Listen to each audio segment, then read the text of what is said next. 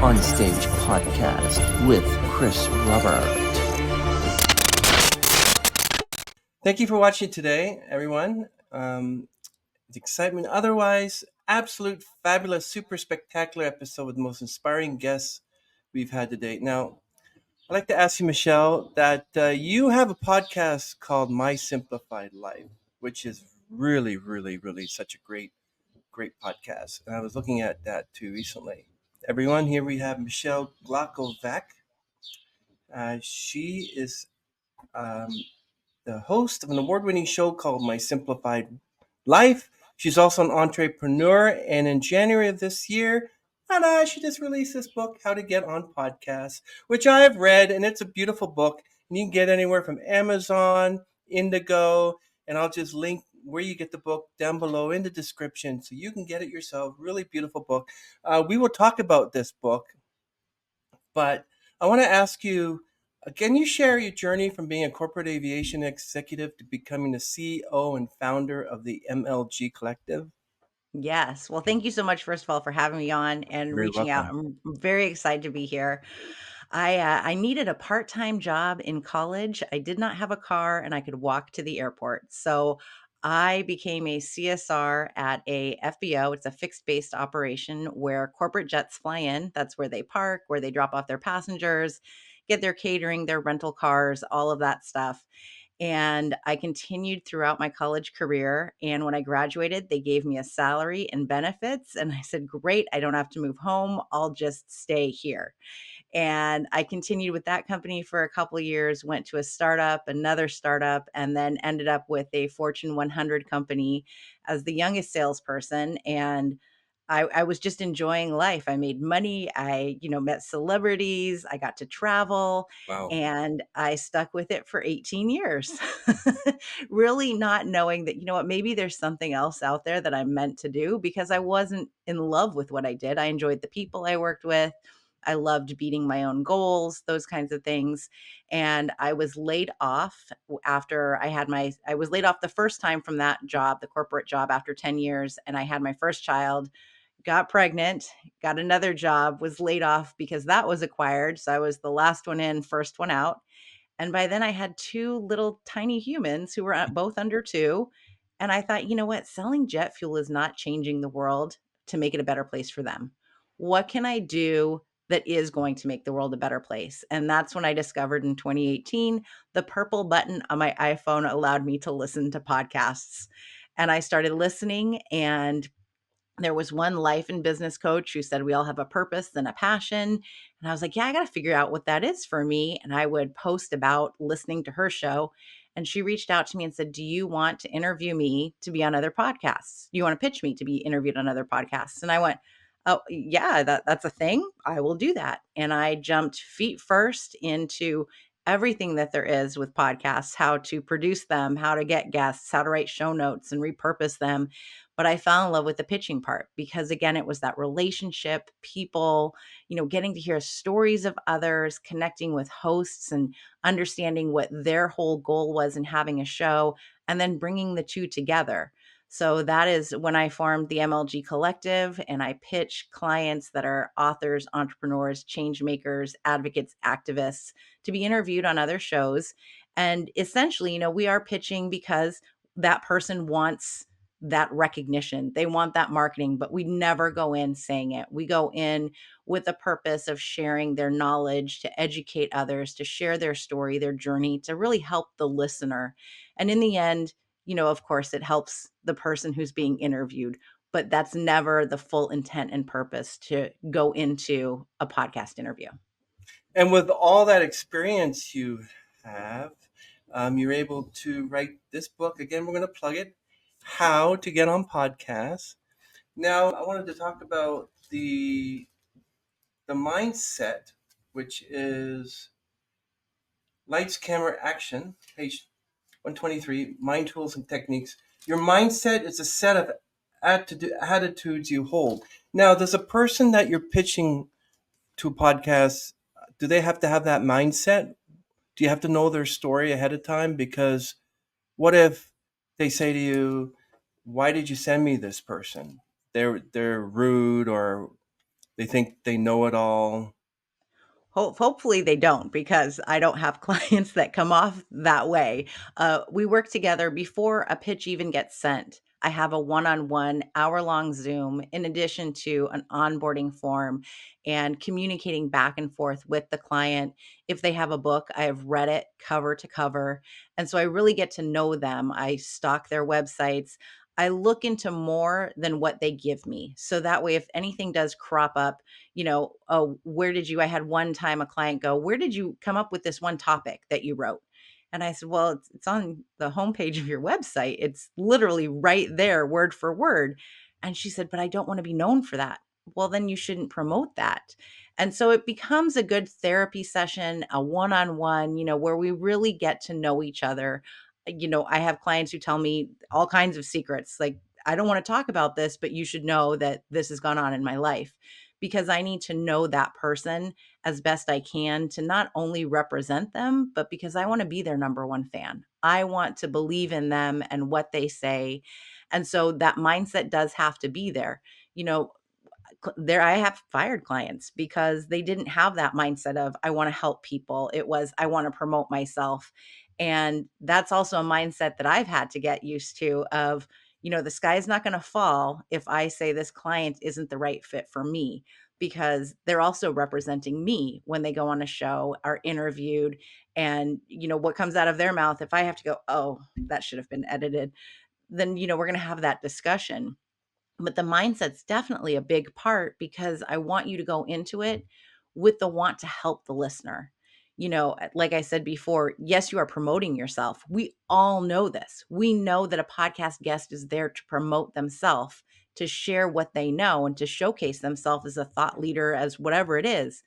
But to come right out and say it, I'm the best at what I do, is a huge no-no. There's a nicer way, and this is where we get into coming off as salesy or promotional. If you don't go in saying that, then you don't have that problem of coming across as a salesperson or promoting yourself. If you're genuinely going in to share what you know and to share the steps you've taken to get through whatever it is you've gotten through, then people will understand and want to hear more from you. And the sales part and promotion part come at the end. There's no need to promote yourself in the beginning, the middle. At the end, you're always going to be asked, where can people find you? That's when you give yourself the plug. Otherwise, you have to go in with the full intent to help the host and their audience. Yeah, I know another podcast host. He says that, especially for musicians or celebrities, the celebrities that he has to interview, he has to watch their movies. If they're a musician, listen to their music. If they wrote a book, read the book. And then I asked them, what if they have 5 or 6 books? So then read the recent one. So Hmm. I got some really good advice from him. I noticed with this book, everyone, How to Get on Podcast, make sure you pick it up.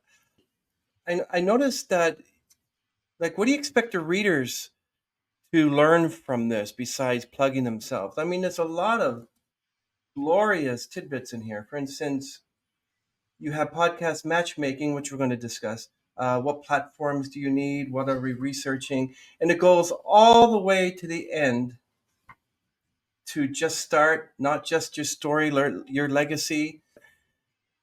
What do you believe would make a good podcast guest for instance, or a podcast for entrepreneurs, or a podcast for people who like fishing?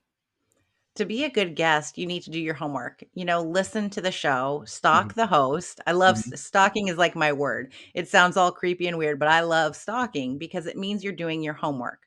To make sure that you're prepared for the interview. Do you know what platform you're going to be on? Does your browser connect with that platform? We're using StreamYard. Well, does Firefox use it? Does Chrome use it? Do that little homework before you even get on. mhm. Show up as professional as you can. Make sure that your phone is in airplane mode. Make sure that, like, my kids are now home from school and I said everybody off the Wi-Fi because I'm on a podcast and I don't need my Wi-Fi to drop. And so just making those little steps to be fully present. Mhm. I've done interviews where I've had the guest typing and answering emails and I'm like, I can hear you. I've You had are that. not I've had present. that. It's It's not okay. These are simple things. And throughout the book, I compare a podcast interview to a dinner party. You are being invited to someone's home, which is the show. The host is going to make you dinner. That is what we're doing now. We're having the interview, and our job is to be conversational, to be present. You wouldn't go to a dinner party and sit there on Instagram scrolling the whole time. It's No. rude. You converse with the person, you're present. And then when we're all done, you send a thank you to your dinner host. You might send a text or a handwritten card. For a podcast, you're going to repurpose this interview. You're going to share it, not just in your stories for 24 hours and be lazy, but in your feed. You're going to share it on all the platforms you are. You're going to create a Spotify playlist and plug it on there. You're going to tag the host wherever you're posting, have it on your website. And then the host is going to share because they're going to show their appreciation. And then the reach becomes greater and greater for both of you. So being a good guest is simply showing up, being fully present, and then making sure you say thank you by repurposing and sharing that interview. I noticed a lot of those guests that I had on my podcast, they don't do that. They don't share. Some do, but they don't. Others, and then you don't hear from them. I'm Mhm. like, okay, I uploaded your podcast, I edited, I spent all this time on it, but you, number one, don't say thank you. Number two, I really appreciate it. I liked what you did. Very rarely will I get a podcast guest say, "Oh, I love the podcast interview so much. I have some people I like to, send over to you because you did so well." And others are like, "That's it. 6 months goes down, and what do you do?" Which which is an absolute shame, and I think Yeah. I've recommended this to some hosts that we've gotten into conversations on threads of, people aren't sharing, and I said, "You know what? Then as the host, before you say yes to the guest, go look at their social media platforms. Did they share other podcast interviews where they've been? Mm. And if not, now your expectations can be much lower." And I believe that I do my best to share every single episode. I have a whole Trello board. You get access to that with the book, where I make sure that I check off, did I put it on my Spotify playlist? Did I put it here? Did I post it here? And if I am backlogged, like last week, I had 4 go live, which Mm. is a lot in one week, and I can't post every single day. Here, look where I am. Here, look where I am. I have to filter it in between, but I let the host know I got it. I thank you. And I want you to know that I've got a blog post that's ready to go. I just can't hit post quite yet, or, on the Instagram feed, whatever it is. And as long as you let them know, that's fine. It doesn't have to be immediate, but you do have to do it. And so I think that if a guest is not doing that, start looking at them before you have them on the show. And you can even let them know, I've noticed that you haven't shared a single podcast interview that you've been featured on. So what's going on with that? Because there needs to be a give and take.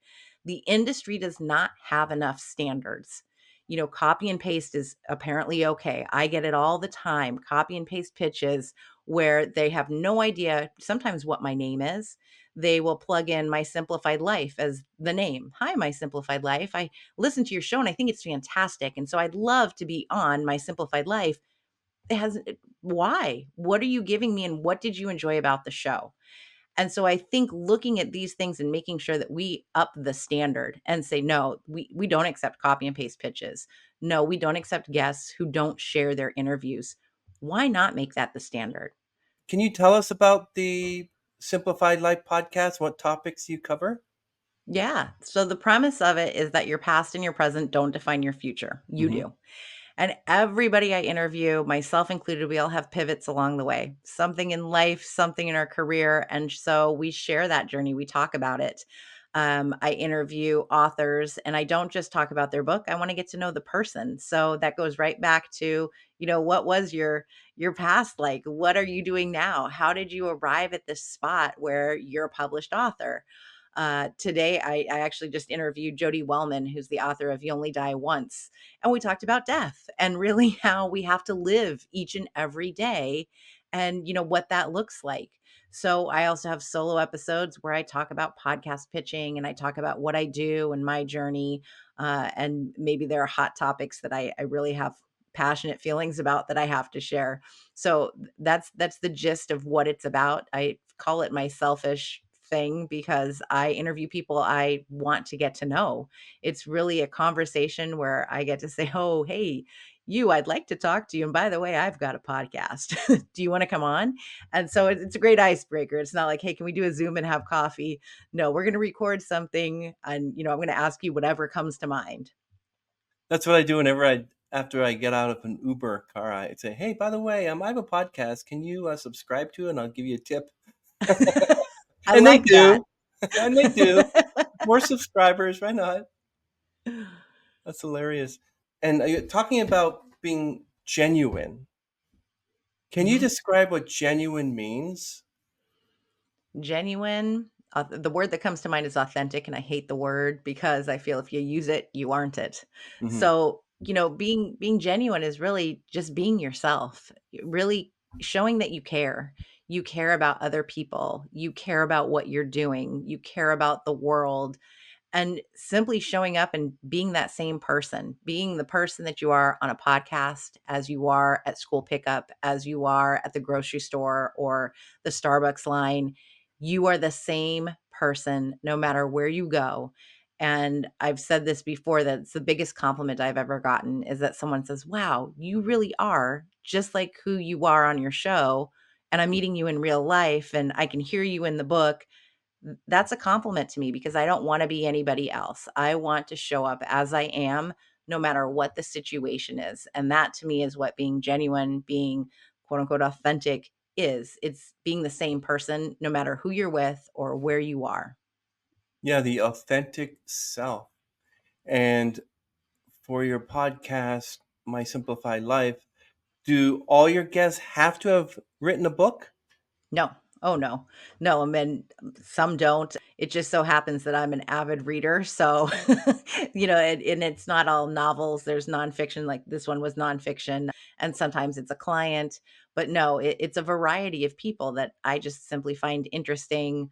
The one that I reached out to Jody Wellman, not I saw the book and I was like, "This is a great topic. Oh, I love this because 'cause I've even had a topic on why I love funerals, and this woman's talking about death and dying. I'm gonna get into this."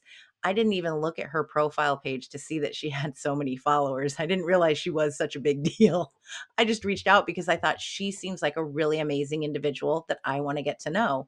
And so I think, that comes across when you are pitching either yourself to people or pitching people to come on your show that quote authenticity, it shines through.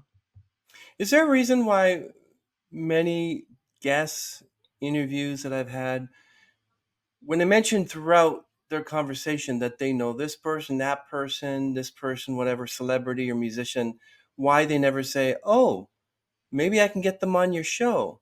How come they always miss that? Like they never mention that. I talked to somebody who knew this really big actress, and not once did they say, "Oh, by the way, maybe I can get such and such on your podcast." But they never do that, and they know Do I'm they know they know I'm a podcast. I'm interviewing musicians, anybody entertainment field. I'm like, hello. do they know them or do they just know No, they're them? friends with them. Oh, okay. So Then you I ever I had don't that? know. No. Mm-mm.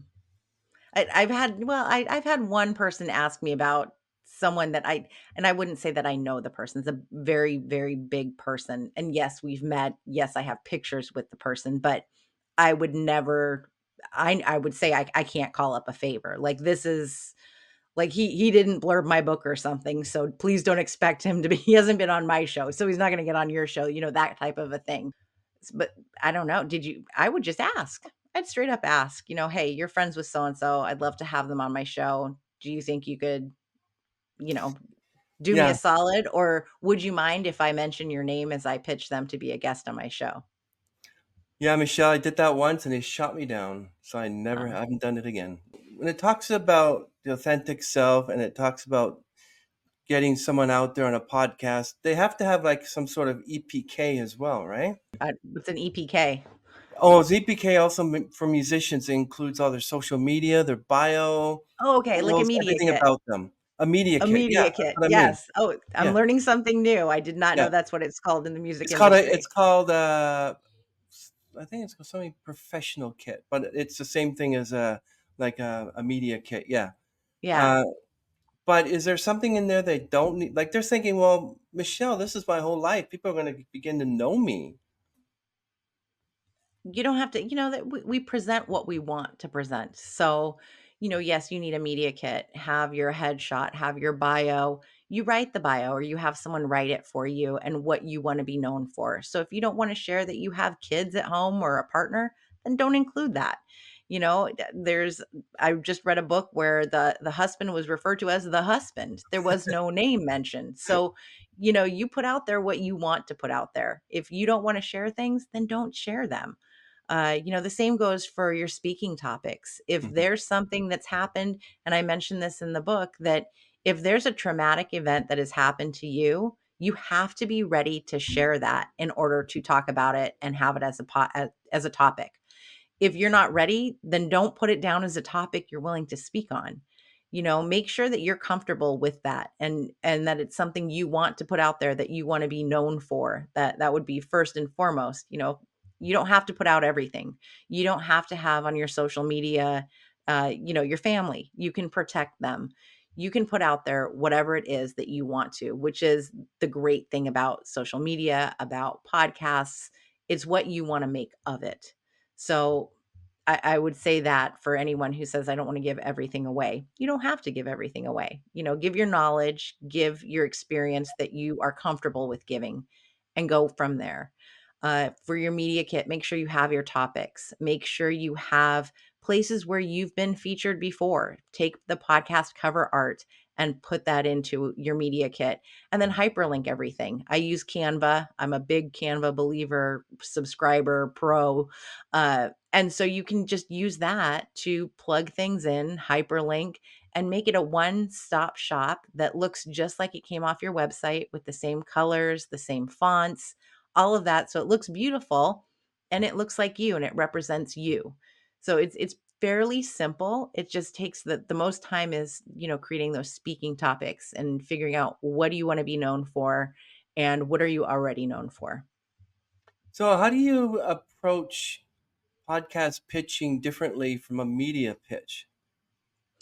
So a media pitch is very concise. It's, here's like the storyline. Here's what we want to talk about. And journalism media is much quicker paced because we've got evening news and now we've got the internet. So, TMZ is reporting all the time. It's no longer just a 5 o'clock or a 6 o'clock. It's constant media. Podcasts have much more leadway. You don't have to be in the inbox of the host 24 hours because most of us, I would say about 99% of us have other jobs. This is, a quote unquote hobby. This is something that is on the side. It's a way to help promote ourselves, our business as well. And so we're not sitting here at our inbox going, what is that next guest? I need another guest. When am I getting an email for a guest? No, Hmm. we're actually working and we have families and, there's school pickup and drop off and there's a lot of other things that are going on. So, one of the differences is the timing of in media, traditional media, you're going to send a pitch and your follow up is much quicker. When it comes to podcasts, give them 2 or 3 weeks before you follow up. Give them time so that you're not hounding them because they have so much other Hmm. work to do on their plate. Uh, give them all of the information that they possibly can have in the pitch. This is where it differs from traditional media. It's much more succinct in traditional media. It's a here's what we're talking about, you know, here's a few sentences and off it goes. With a podcast pitch, you want to connect. You should do this in traditional media too, but connect with the host. I listened to your show.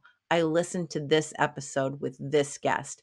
I resonated when the guest said this because, and share of yourself. And right away, the host is going to see that you actually did listen. You're not just saying, "Hey, love your show. It's great. I want to be a guest." You're already showing that you've done your homework. And then say, you know what? I would love to be a guest because I think that I'm going to bring such and such value to your audience. You've never covered this topic before. And here are some of my speaking topics. And the only copy and paste that will go in this is a 2 or 3 sentence bio of yourself. Even your topics will get switched out. I usually create at least 6 speaking topics that are in the media kit, but we only plug 2 or 3 in the pitch that are most applicable to that show. So No two emails are alike. Everything is completely different. And then you should hyperlink your name. Make that go to your website so that they don't have to Google you. They don't have to stalk you if they don't want to. It's all right there. And then wrap up with, these are some places where you can hear me be interviewed, and put those shows in, or those media pitches, whatever it is, a YouTube link somewhere that you have Mhm. been interviewed or have spoken, so that they know, oh, you can hold a conversation. You can speak intelligently on this topic, and plug those in. And I say those aren't copy and paste because you should be updating them as you have new interviews going out. And they should all be hyperlinked, every single one. When you follow up on these emails, go to your sent folder, find that original email, and reply to that. Because if you Oh, are starting a new email thread, now the person's like, I don't know what you're talking about. Where did that email go? What? I have no idea. Now I got to go search my inbox. But if you reply to that original email, then it's already there in the thread. good idea. I think I might start doing that. I get so confused sometimes who's who, and then you lose them. You're like, where's this artist Yes. who said they're going to be on my podcast next month? You know? So with your podcast PR agency, what kind of services for instance, okay, do you get people that you plug for podcasts? Do they always keep coming to you and say, okay, did they say yes? Did they say yes? Or are you like the liaison? We're the liaison. Oh, So a client will come on board and I will create all of this for them, their media kit, their speaking topics. We have these one-on-ones, who's your target audience, mm, who do we want to go after? And then I create the Trello board so they have access to that. They can see that in real time if they want to. A lot of clients are like, no, that's fine. Just let me know when they say yes. I don't want to go into the Trello board. And we let them know, hey, this podcast wants to have you on. Here's their calendar link. The client's responsible for booking it, but then they mm. tell us the date and time that they booked. So that way we can track it. We handle all of the bios, headshots, pre-interview questions if there are any, and then we track, okay, the interview has been recorded. Now when's it going live? And we track that because sometimes hosts don't tell us when an interview's gone live, which is the opposite problem of, a guest not sharing. Now the host isn't sharing. So we will track it down. We will ask the host if we haven't gotten anything, do you have any assets we can share? Do you have any other links? We will go download a transcript. And from the transcript, we pull quotes that the client has said and we provide them with all of that in a Google Doc. We create a Spotify playlist of all of their past Mm. interviews, and then we're constantly adding the new interviews to it as well. So we do all of that heavy lifting. So really all they need to do is show up and record. Let's say there's okay. Let's say there's a well-known scientist out there, and you watched all the episodes, podcasts, all the interviews he was on. You saw him on TV. You find the information about him. You found his email. You found his phone number and everything. When do you or when should I email them and say, I'd like to have you on my podcast? What do I need to do first in order to say, okay, I got everything. Now let's send an email. Because you can't just say, oh, I found his email. Let's invite him. But you know nothing about him. No, you should do your homework and say, here, why do I want you? Reverse the pitch to the guest. And Mm. why do I want to have you on my show? Where did you just see them be interviewed? What was it that piqued your interest that makes you want to have that conversation, and share what your show is about? Here's what the show is about. This is why I think you'd be a great guest. And here's, the premise of all of it. And really, I think there's no time that's a bad time, except, if they're in the middle of launching something. If you see them already on a huge media circuit, then chances are they might be too busy. So don't be offended with that one. I pitched an author the other day and I knew her book is about to come out. I said, I know that this ain't happening now. So in 3 months from now, can we reconvene? And she understood that I understood, and that was fine. So look at what they're doing and why are they in the media right now that you see them showing up everywhere? Or is it just that, this person caught your interest and you said, oh, I want to just have them as a guest? Then go for it. I don't think there's a good time or a bad time. If it works for you, then reach out. And the worst thing they can say is no. Yeah, that's true. I actually want to ask you about, we were talking about when I first discovered you, when I first read about you, everyone. Michelle Glogovac has this book called How to Get on Podcasts. Make sure you get it from Amazon or Indigo, wherever you can get your books. Great book. See, I just wanted to plug it again. Thank you. I was reading about your little post that you put on LinkedIn about a guest and being paid. Uh, Mhm. what do you like? I've had many send emails saying, "Yeah, are we getting paid? What's the finances? How much are we getting?" Like, I'm, and someone else, someone who's another publicist says that immediately that their celebrity, whatever, wants to be paid, it's time for them to get a new publicist, stuff like that. So, can you explain a little bit more about how guests can still make money but not get paid? Like, I don't understand that. So you're talking the opposite of what I posted about guests paying to be on podcasts, and you're Yeah, talking about yeah, hosts paying the guest. yeah. Let's I ask don't about think there that. should be any monetary exchange when it comes to a host and a guest on a podcast. That goes against completely what a podcast is about. And when money is exchanged, then it becomes an advertisement. Then it becomes the FTC can get involved. It becomes a point where it needs to be disclosed to the listening audience. Just as you see an ad on TV, a commercial, we all know it's a commercial. They paid to get that spot during the Super Bowl. Great, good for them. But if it's a podcast, that needs to be disclosed too. That's literally the regulations that are for anything FTC related. It has to be told to the audience. And if you're not telling the audience, then it's, really fraud, because the person can come on, and if I've paid you any amount of money, I should then be able to say whatever I want. I should be able to plug myself, plug my book, plug my services, because I am a walking advertisement, Hmm. instead of coming on the show and we're just simply talking about what I know, what I do, and how it's going to help the audience. That's the difference. For a guest to want to be paid, that to me also goes against what a podcast is about, because a podcast should be helping podcast listeners. You should be walking away learning something from it. If you want to get paid, then go look at a big stage. Go look, at giving a part in a movie or doing something else that is supposed to be paid. This is supposed to be a conversation between two people. We're obviously not making a ton of money on our shows. That's not what the podcasting industry is. Yes, there are certain ones who are, and how are they doing it? They have sponsors. They have advertisers. That's how you make money. Otherwise, you can also, funnel it into whatever your business is. So my business is podcast pitching, and I will have episodes where I talk about how to pitch to podcasts. So the hope is that somebody's going to go, "Oh, you know what? I listened to your episode. I would like to talk to you about your services." Now I'm making money from my podcast, but I don't have to go into it by paying someone or getting paid by someone else to have an interview. And that's it. It burns me up because I've seen anywhere from $25 to $10,000. And that's what a host is charging a guest. $25 is laughable because it does not cover anything. That might cover your month subscription for the host, the RSS feed, but it's not covering your editing costs. No matter if you're editing it yourself or you're outsourcing it, $25 isn't paying your time.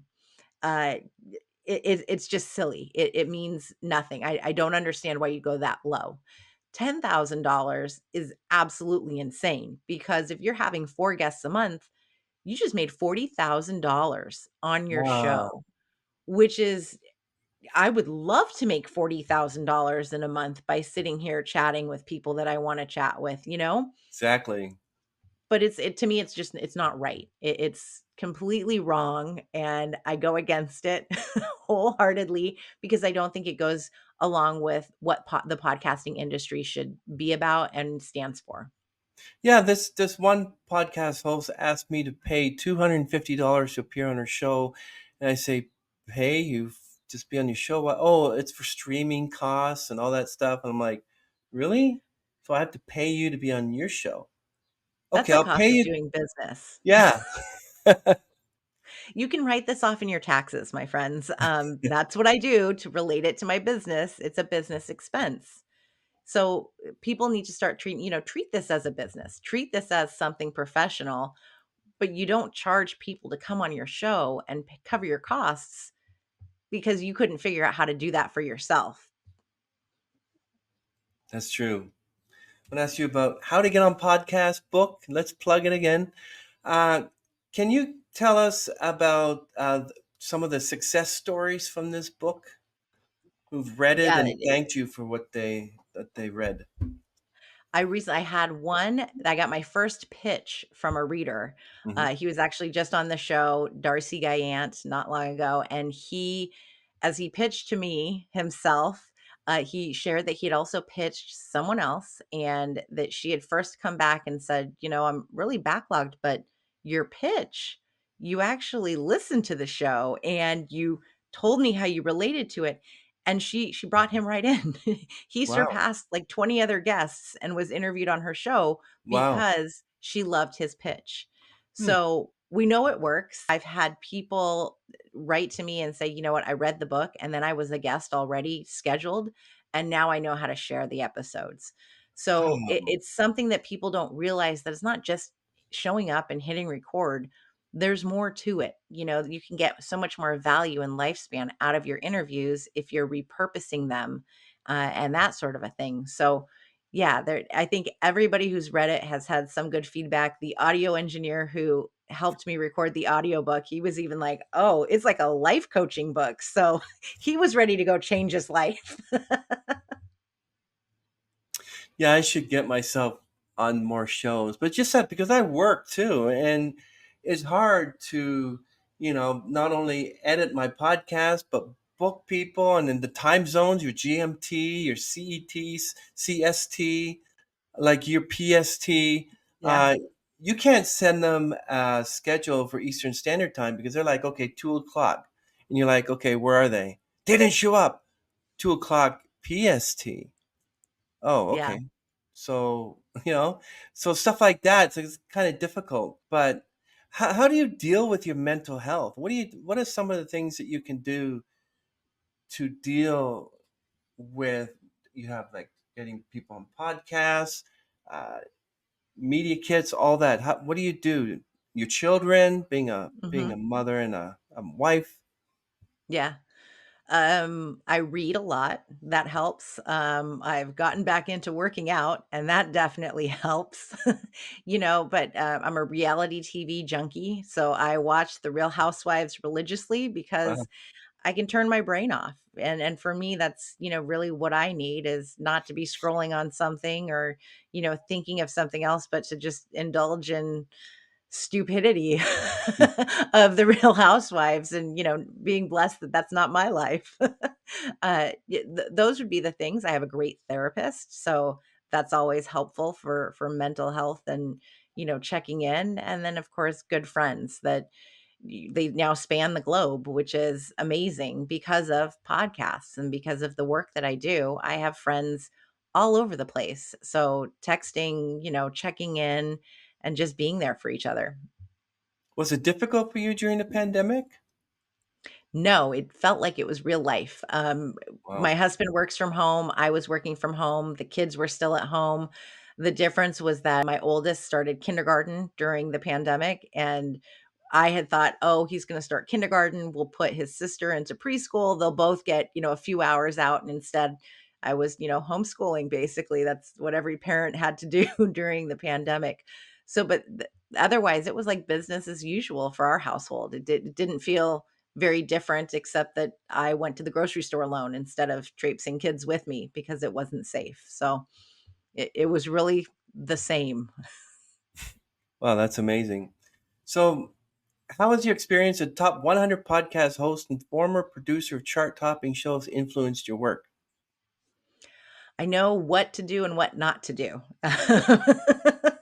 There was a thread yesterday about intros to a podcast and how long is a good intro when Hmm. you have an interview coming up. And I worked with a client who would do like 10-minute intros Oh. before a 45-minute interview. And I'm like, "Oh, this is so long. Like, you're killing me as the person who's doing all the back end stuff." So imagine the listener.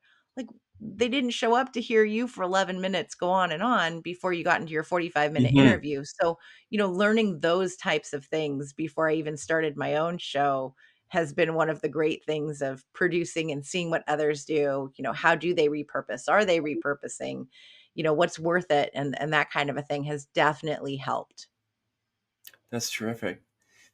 So, what do you think some people make, uh, the common mistakes that people make when trying to land podcast interviews, and how can they avoid them?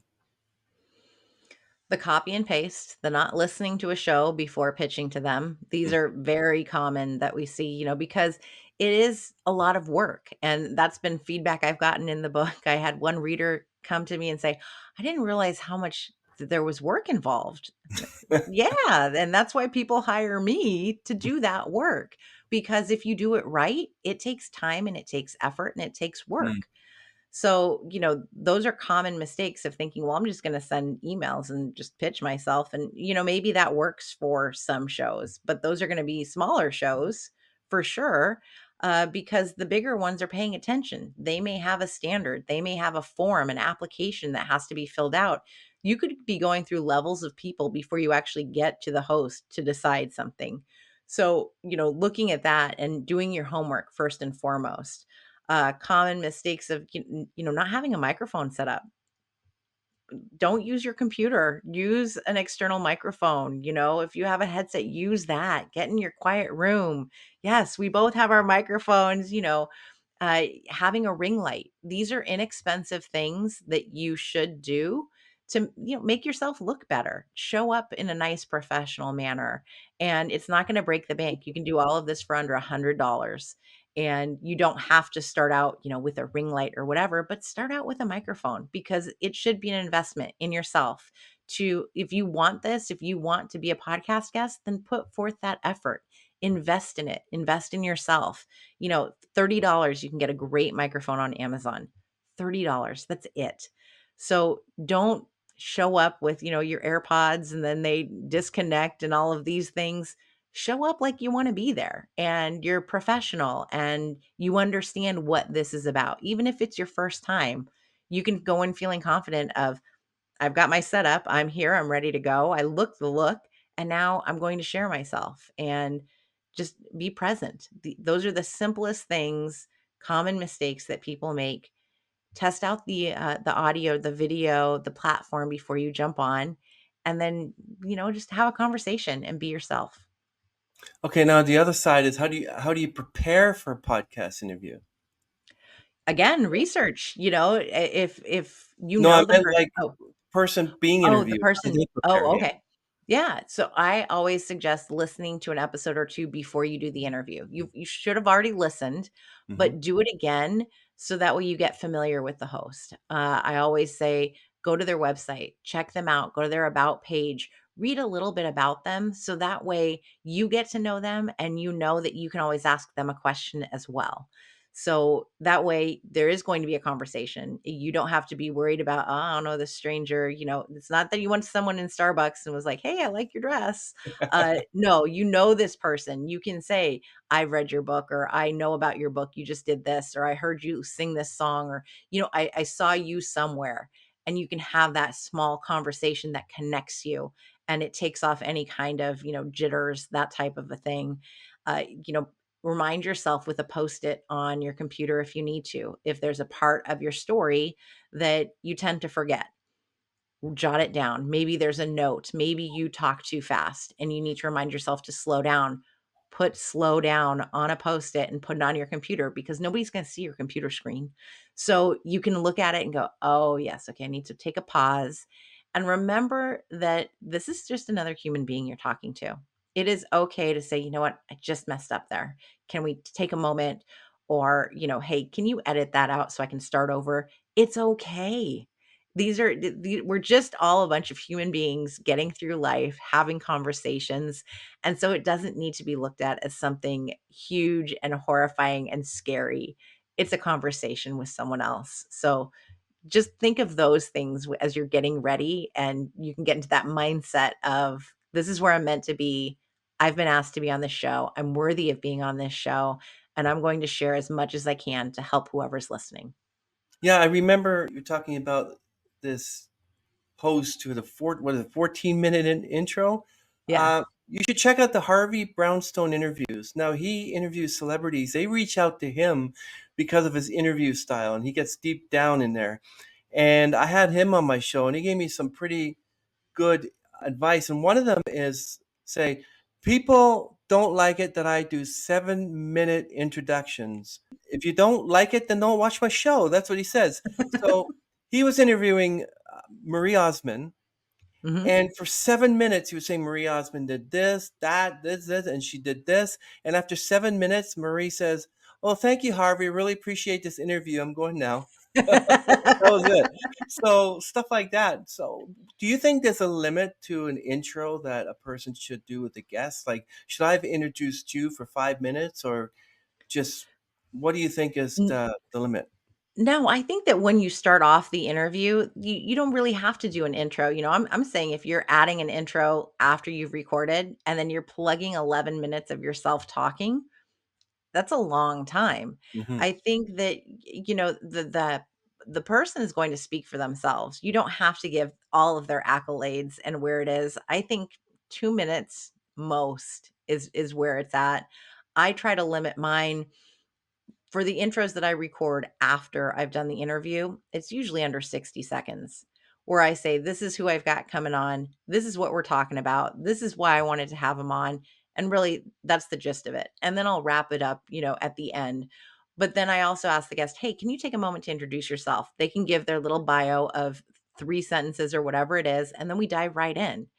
I think that people show up for the conversation because they already know who that guest is going to be. Hmm. It's written down somewhere else. So they know. They don't need to know that Marie Osmond, has a brother, Donnie, and that they sang and they did this Yeah. show. And Mhm. we know that. We're familiar with that. So I don't know that that's necessary unless you've lived under a rock and don't know who Marie Osmond is.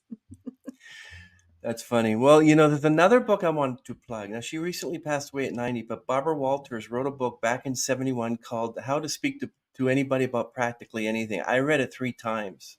And Oh, I need to get her, that. you need to get that. Her interview style, whenever she did an interview, she would take the guest and play pool with them. She would do some activity with them just because they think that if you have an interview with somebody and you're playing cards or you're having dinner with them or drink or you're playing pool with them, more chance that they'll answer and respond to questions Mhm. than what is just you and I sitting here and saying, "Hi, how's it going?" And Yeah. it was a remarkable book because she said, if you read this book, it says you can talk to CEOs, doctors, lawyers, you can talk to homeless people, you can talk to anybody you want, elderly. And I've tried some of that stuff way before podcast. I haven't done it recently, but years ago after, because this book was published in 71, I read it 3, 4 times and it's just amazing some of the things she said. You should pick that one up. That one's a good Yeah. Yeah, I love that because I think we forget that people are just people. That's right. Even if they're celebrities or CEOs or whatever, they're simply people. And so we shouldn't be afraid to talk to one another and have a conversation, start the conversation. That's a good idea. How would you measure the success of the podcast interview? I think that it doesn't need to be numbers related. I wouldn't say it's downloads. I would say that if you and I walk away from this today, both thinking, wow, that was a great conversation, then our podcast interview's been successful. If we've reached one person, because all it takes is one person listening to go, wow, that's what I needed to hear, then not only has the podcast interview been successful, but we have the potential to change a life. And Mhm. if we can change one life in our lifetime, then that's out of the park. So I would say that's the success measurement that I go by.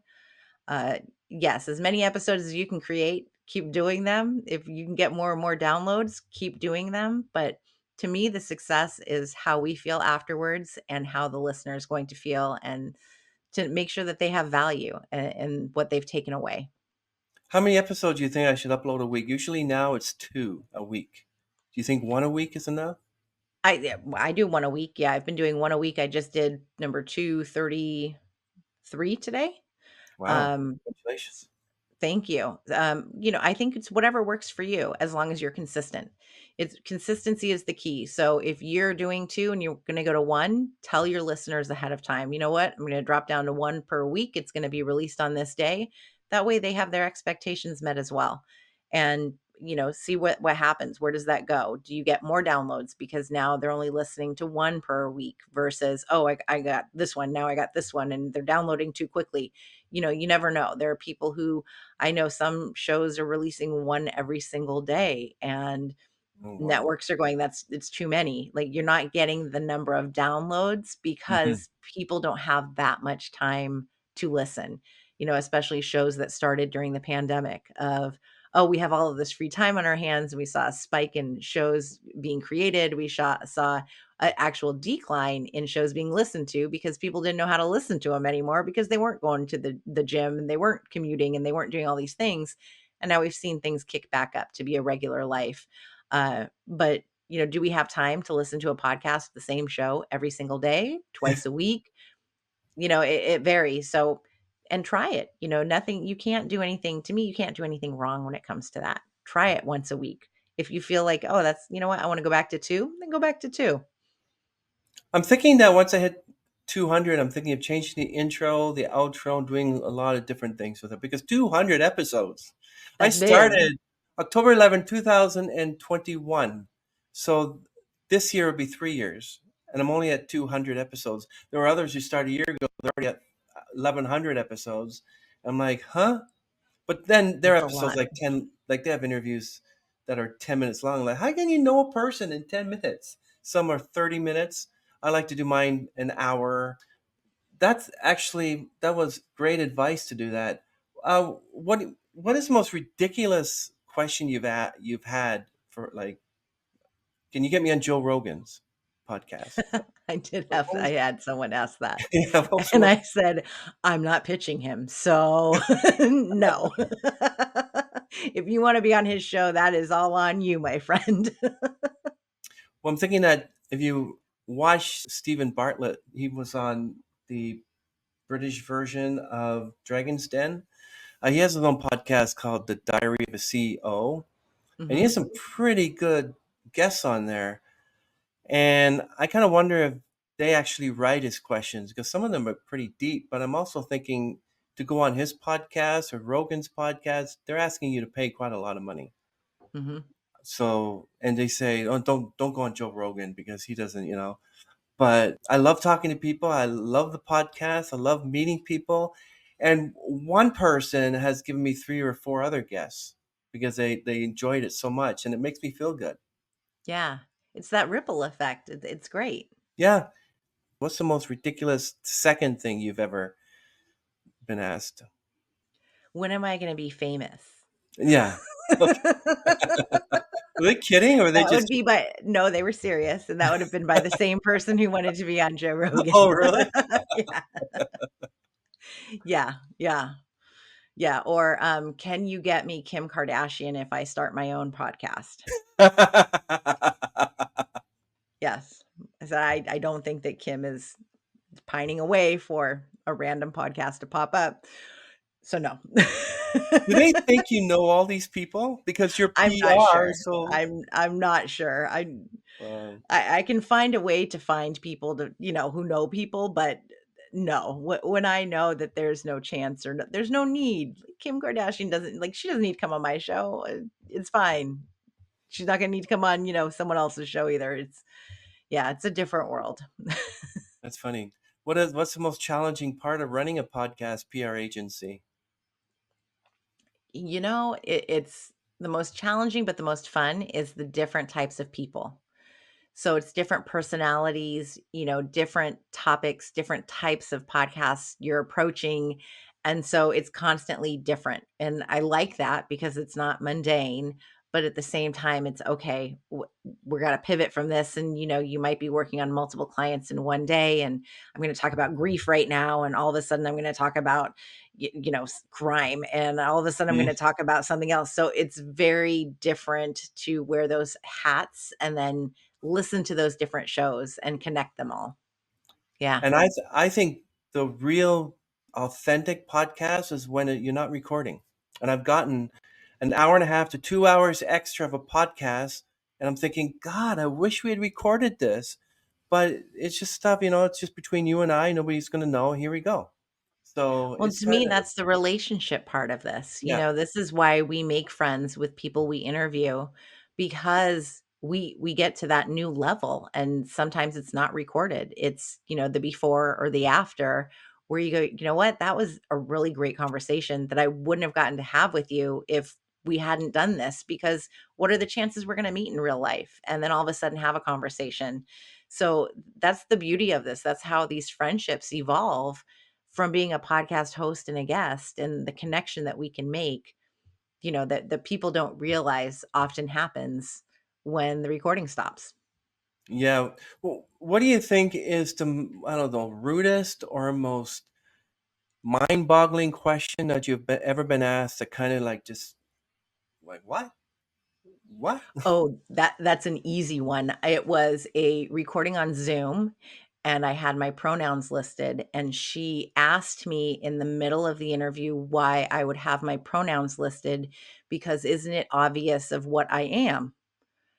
And I said, "Well, maybe, but it's a nice way for anyone else who could be showing up on the Zoom who doesn't feel comfortable to share their pronouns. And now you don't have to guess because what if maybe I have different pronouns you couldn't tell? Like that's why I have it." And she went off on a complete tangent, but I was there to talk about podcast pitching, not my pronouns. So that would have been the most out of the blue, yes, out of left field. And that was an episode I did not share. Yeah, there's just some things that I've heard, and like I think it was my very first podcast episode. I like, what religion are you? And she goes, I'm Hindu. Never heard from her again after that. I'm like, I just wanted to know what religion you were. I was just starting with my first interview. I won't ask it now. And then we end up with 5 or 10 minutes talking about their faith and how God has helped them become the musician they are or the celebrity they are. Otherwise, I'm talking to a person, they talk about how they're worshiping different gods, whatever. I say, oh, that's interesting. Tell me more about that. Because I'm Mhm. not here sitting there, you shouldn't be doing that. I'm here to Yeah. interview you and get to know you because I'm a podcaster. It's none of my business what you do. I don't know who this person was, but they should shut up. Yes, of course, it was video, so you could see my face go, "Huh? Oh, okay." I got some good adjectives to give them. uh, I might edit that part out. What's the best piece of advice you've received, and how has it helped you, Michelle? Oh, that's a good one. I always refer back to a good friend now. I had read her book before I met her, Emma Isaacs. She is the president and founder of Business Chicks in Australia. And she says to sit on your hands because I am one of those who I will say, yes. Oh, you need help with this? Yes, I can do that. Oh, nobody else is going to volunteer? Yes, I will do that. And she says, sit on your hands. Don't volunteer for everything else because, otherwise you're going to be signed up for everything. And that's been one of the best pieces of advice that I don't always follow. And I kick myself every time I don't. But that would be one of the best ones, along with, continuing to just try, and I forget who said, you don't fail if you try your hardest. And so that is what I believe in. I will always try my hardest. And if I have to pivot, I pivot. If I don't like it, I figured out I didn't like it and you move on and you don't punish yourself for it. That's amazing. So, how do you handle rejection and negative feedback? You're not going to be everybody's cup of tea, and that's okay because not everyone's your cup of tea. We're not all going to be friends. And that's absolutely okay. In my job, in my previous career, rejection is like a way of life. When you work in sales, you're rejected all the time. So, rejection really hasn't been something that I take to heart.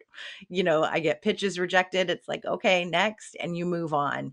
I've stopped taking it personally. I don't know that I ever did because it's always been part of my job. Part of what I do is to be rejected, which is probably why I have such a hard time rejecting people myself.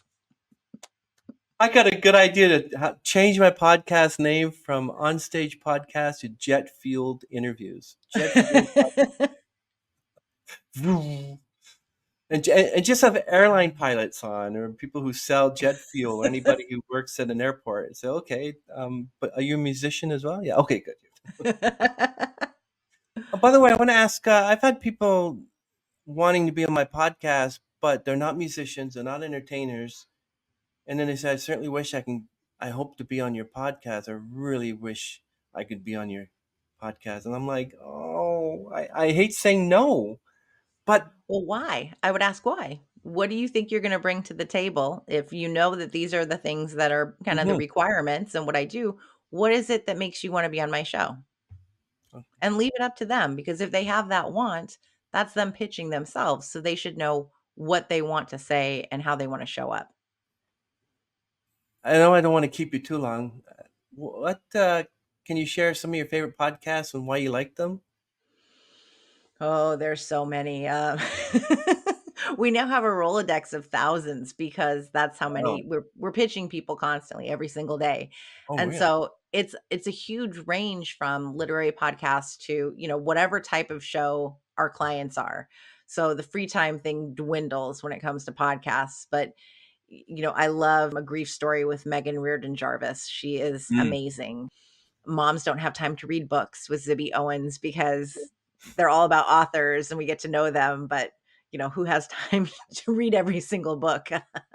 Those ones. Amy Porterfield, especially back in the day, that was one that I listened to, online marketing made easy, I believe it is.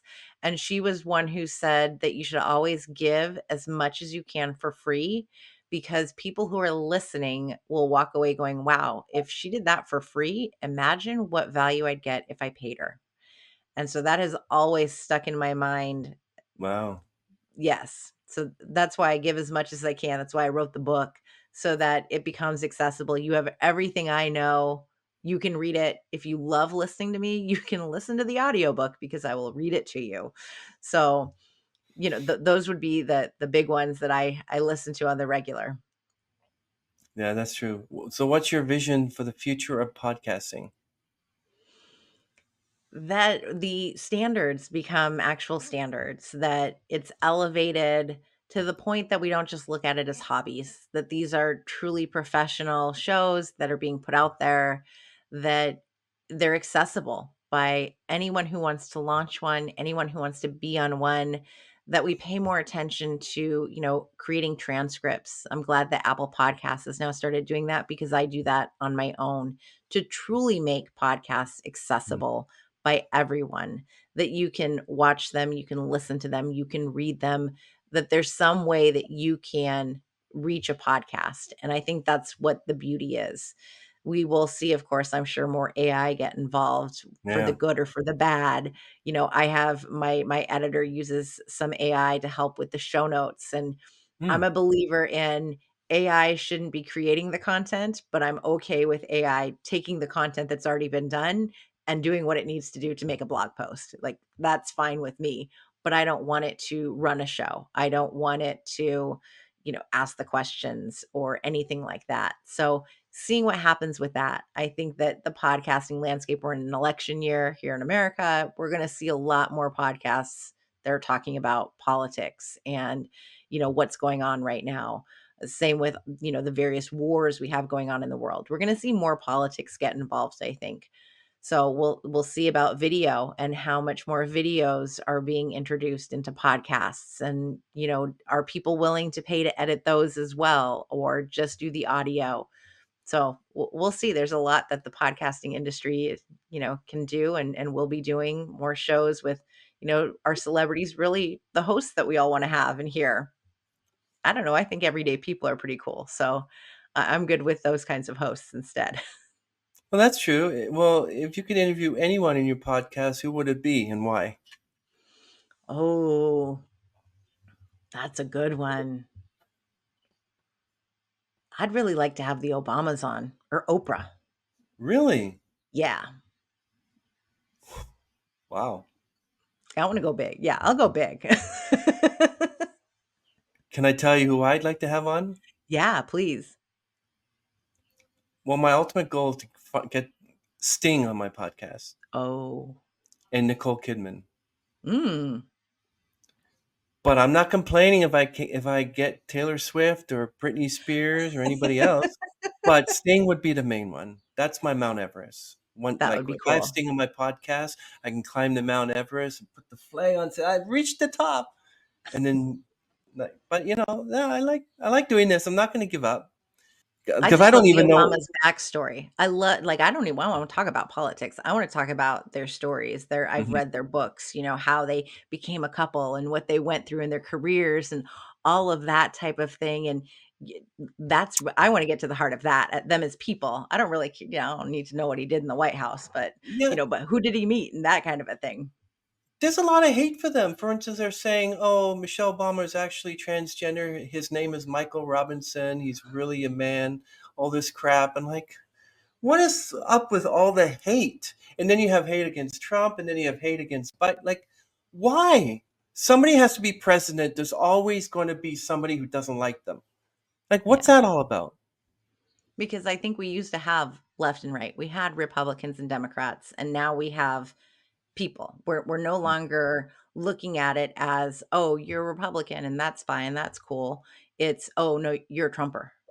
And that's where things got twisted, and I think that's where things changed so dramatically, is that it no longer became it's, "Oh, he's who's, running for office under that Mm-hmm. label, then you have to like him." You don't have to like him. You can be someone you can be a Democrat and like a different candidate. Mm-hmm. That's okay, and I think that's where things have gotten lost and ignored, is that we're saying, "No, this is what my label is, and so this is who my candidate is." Instead of going, "You know what? Maybe that's not the best person for the job." Mm, and looking at it that way. We're sticking to these labels too much instead of more down the middle, because I don't think anyone is really that far left or that far right. We're more in the middle, and we've lost that. The left and the right are speaking too loudly, and the middle ground people, we need to rise. I really like that, Michelle. Once again, everyone, How to Get on Podcast by Michelle Glogovic is now available on Indigo. It's also available at Amazon, and we'll link everything down below. And this is actually changing my life because now I realize that if there's a podcast I want to be on, instead of just emailing the guy and say, "Hey, I want to be on your podcast," or "Would you like to be on mine?" I'm going to do a lot more research, dig deep down, because you never know. Can you give us one more word of advice to people who might watch this episode and follow through with it? Do it. Just do it. Pitch yourself, be a guest, and share your story, because even if you think that someone else has the same story, they don't. You are unique and you are going to share your story in a unique way that only you can do. And we all need to hear from you. That's true. So, where can people find you if they want to look you up and get in contact with you? Thank you. The MLGcollective.com is my agency website. MichelleGlogovac.com is my personal website. You can find me on all the social media platforms. At Michelle Glogovac is Instagram and Threads. I'm on X and LinkedIn and Facebook and all the places, Pinterest as well. And you can listen to My Simplified Life. A new episode drops everywhere you listen to podcasts on Tuesdays. And then, of course, the book, How to Get on Podcasts. You can get it ebook, audiobook, and hardcover. Good book, everyone. Make sure you get it because I love it. Thank you. Michelle Glogovac, everyone. Okay, wait right there. We're going to end this, everyone. Thanks for joining us today.